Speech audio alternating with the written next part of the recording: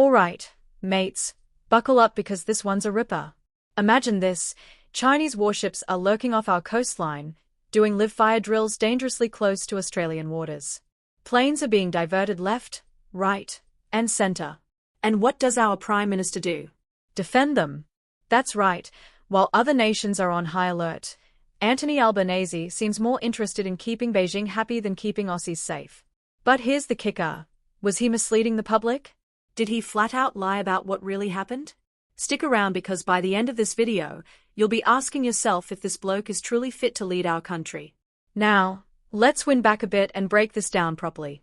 Reports started surfacing that Chinese naval vessels were conducting live-fire exercises off our coastline.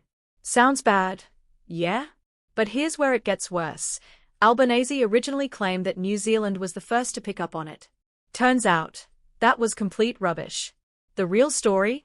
A Virgin Australia pilot flying overhead spotted it first.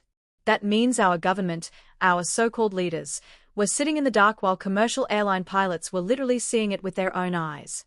Let that sink in. But that's not even the worst part.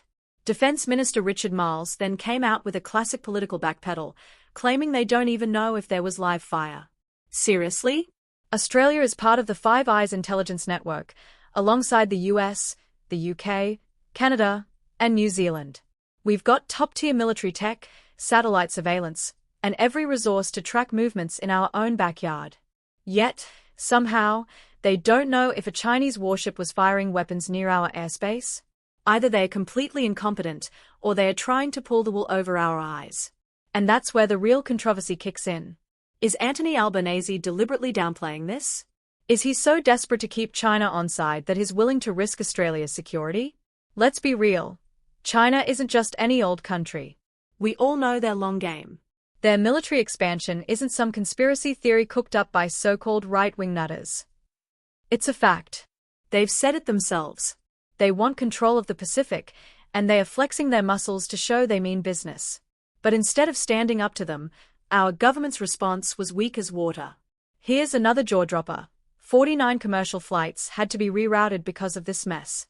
That's right, 49. Now, imagine the unthinkable. What if one of those planes had been hit? Would Albanese still be out here defending China? Would he still be making excuses? Or would he finally admit that he dropped the ball big time? Now, let's be fair. A lot of people are asking, well, what would the coalition have done? And that's a bloody good question. Because, let's be honest, both sides of politics have had their fair share of blunders. But at least we know one thing. Under the coalition, national security was taken a hell of a lot more seriously. Take Andrew Hastie, for example, the current shadow defense minister. He's been warning about the rise of China's military aggression for years. And guess what? He was right. So why is it that every time a serious threat like this pops up, our government's first reaction is to play it down instead of facing it head-on? And here's another thing. Why was Albanese's office so well informed about a completely unrelated dirt sheet story from 2009, but somehow clueless about live-fire drills happening in real time? It doesn't add up. A government that truly had its priorities straight would be more focused on protecting Australians than playing political games.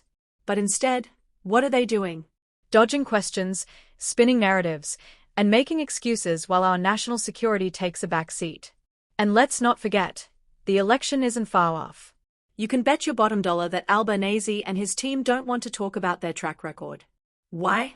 Because there's nothing good to talk about. The cost of living is through the roof, mortgages are crippling families, grocery prices are taking the piss, and fuel costs? Don't even get me started. Instead of fixing any of these issues, the government's best strategy seems to be launching personal attacks and hoping no one notices their failures. So, where does that leave us? We've got a Prime Minister who either doesn't know what's happening under his own watch, or worse, he does and he's keeping it quiet. Either way, it's a bloody disgrace. The safety of Australians should be the #1 priority, not maintaining diplomatic niceties with a country that's showing off its military strength right next to our airspace. So, I'll leave you with this. If you don't think this is a big deal, ask yourself, what happens next time? What happens if the drills get even closer? What happens if our government keeps turning a blind eye while other nations ramp up their defenses? And most importantly, Can we really afford to have a leader who seems more interested in keeping China happy than keeping Australia safe? Let me know what you reckon in the comments below. Do you think Albanese is selling us out? Do you trust him to handle national security? Or is this just another case of political spin?